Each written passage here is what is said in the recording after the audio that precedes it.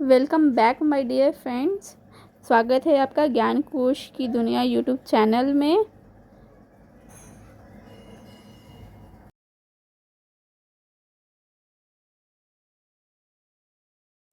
तो दोस्तों, आज हम लोग दिगंत भाग 2 काव्य नंबर 6 को पढ़ेंगे, जो कि जयशंकर प्रसाद द्वारा लिखी गई है।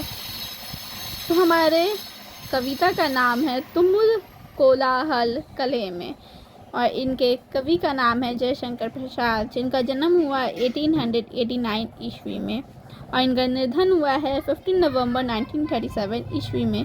इनका जन्म स्थान है वाराणसी और इनके पिता का नाम है देवी प्रसाद साहू और इनके पितामह का नाम है देव शिवरतन साहू।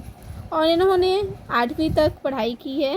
इसमें इन्होंने संस्कृत, हिंदी, फारसी, उर्दू की शिक्षा घर पर टीचरों के द्वारा पढ़ाई की। इनके घर पर टीचर आते थे और इन्हें पढ़ाते थे। इनकी बहुत सारी रचनाएं हैं, जिसमें कलाघर उपनाम से ब्रजभाषा में सेवैयों की रचना की है। इन्होंने बहुत सारी कहानी, नाटक आदि लिखे हैं, प्रबंध काव्य लिखे हैं, बहुत सारे उपन्यास लिखे हैं इन्होंने। और जो हम लोग आज कविता पढ़ेंगे, ये कात्यायनी का अंश है। तो आइए कविता को पढ़ते हैं और उसका अर्थ जानते हैं। तुमुल कोलाहल कलह में मैं हृदय की बात रे मन।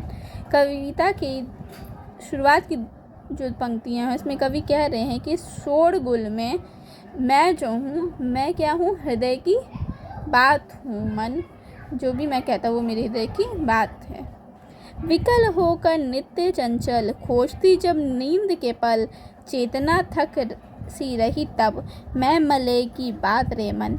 कवि दूसरी पैराग्राफ में कहते हैं कि जब हमारा मन चंचल होता है, अशांत होता है, चिंतित होता है और कुछ उस समय वो सोचता रहता है और सोचते सोचते उसे थक जाता है और वो आराम खोजता है। और आराम खोजने के समय क्या होता है, उसे नींद आती है। तो जब उसे नींद आती है तो उस समय तुम्हें मलय से चलने वाली हवा की तरह जो शांति मिलती है, मैं वही हवा हूँ मन, ऐसा कवि कह रहे हैं। मलय से चलने वाली हवा का यहाँ पे तात्पर्य है जो पहाड़ों से ठंडी ठंडी हवा आती है। जब हम लोग सोते हैं तो फिर कितनी ठंडी ठंडी हवा चलती है और हम लोग शांत होकर सो जाते हैं। तो कवि वही कह रहे हैं कि जब भी हम लोग सोते हैं, वो जो हवा आती है मलय सी और जो तुम्हें शांति मिलती है, वही हवा मैं हूँ मन। चीर विषाद वलीन मन की, इस व्यथा के तिमिर वन की, मैं उषा सी ज्योति रेखा, कुसुम विकसित प्रात रे मन। जहाँ मरु ज्वाला धधकती, चातकी कनको तरसती, उनकी जीवन घाटियों की, मैं सरस बरसात रे मन। कवि कह रहे हैं तीसरे और चौथे पंक्तियों में कि लंबे समय से मन में जो दुख और दर्द चलता रहता है, वो एक अंधकार वन की तरह हो जाता है। और उस अंधकार रूपी कोहरे में जब सुबह होती है और एक नई रोशनी की किरण आती है, और वो क्या करती है, अलग सी एक उम्मीद लेके आती है। तो उस अंधकार रूपी कोहरे में सुबह की एक किरण, एक ज्योति रेखा की तरह हूँ मैं, जो वन के फूल कि वो भी खिला देता है। कवि कह रहे हैं कि वो ऐसे हैं जो अंधकार में भी रोशनी ला देते हैं और रोशनी आते ही वो फूलों को, जो फूल की कली होती है, वो भी फूल में परिवर्तित हो जाते हैं। और जो चौथा है हमारा, जहाँ मरु ज्वाला धधकती, चातकी कनको तरसती, उनकी जीवन घाटियों की, मैं सरस बरसात रे मन। वो कहते हैं कि मरुभूमि क्या हुआ, राजस्थान की जो ज्वाला है धधकती रहती है, वहाँ पानी की एक बूंद के लिए लोग तरसते हैं। और उस मरुभूमि के उन घाटियों में जीवन देने वाली मैं सरस बरसात हूँ मन। जब कभी कभी बरसात होती है तो वहाँ लोगों को बहुत सुख मिलता है, बहुत उन लोगों को अच्छा लगता है। तो कवि कह रहे हैं कि मैं बस उस घाटियों को जीवन देने वाली सरस बरसात हूँ मन। पवन की प्राचीर में रुक, जला जीवन जा रहा झुक, इस झुलसते विश्व बन की, मैं कुसुम ऋतु रात रे मन।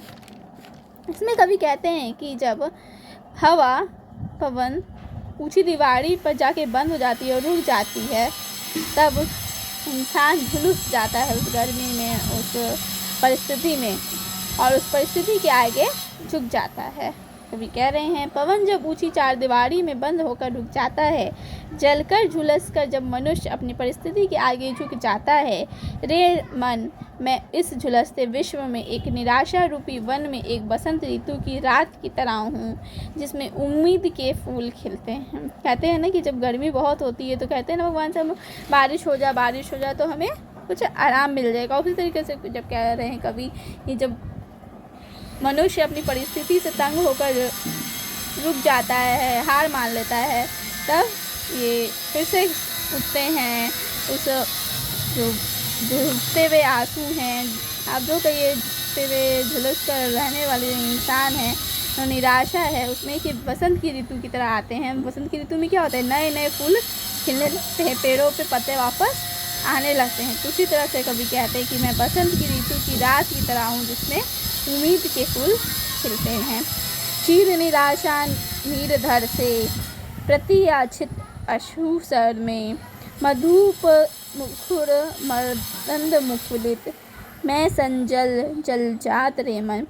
कभी कहते हैं कि जब लंबे निराशा के बाद जो घने बादल छाए हुए हैं, जो भी निराशाएं हैं, उसके बाद जो घने बादल छाए हुए हैं और जो वे बरसते हैं, तो किसके रूप में बरसते हैं, आंसू रूपी तालाब के रूप में बरसते हैं। जैसे क्या होता है ना, बहुत बादल काला छाया हुआ है पर बरस नहीं, और जब बरसते हैं तो क्या होता है, बहुत गरज के अत्यधिक बरसता है। तो उसी तरीके से कवि कह रहे हैं, जो निराशा के बाद जो बादल बरसते हैं वो आंसू रूपी तालाब के रूप में बरसते हैं। रे मन, उस आंसू रूपी तालाब में कोमल कमल की सुगंधित कली की तरह हूँ मैं, जिसपे भौरे मंडराते हैं। इस बरसात ऋतु में जब बरसात होता है, उसमें छोटी छोटी कलियाँ खिलने लगती हैं, भौरे गीत गाने लगते हैं, तितलियाँ मंडराने लगती हैं, कोयल आदि आदि पक्षी गीत गाने लगते हैं। उसी की तर्ज पे कवि ने कहा है कि जब एक छोटे से कली खिलती है, पूरे वातावरण को महकाती है, उसे भौरे मंडराने लगते हैं, उसी की तरह मैं हूँ। ये था हमारा कविता तुमुल कोलाहल कलह में। अगर कोई समझने में आपको दिक्कत हो तो नीचे कमेंट बॉक्स में कमेंट करें।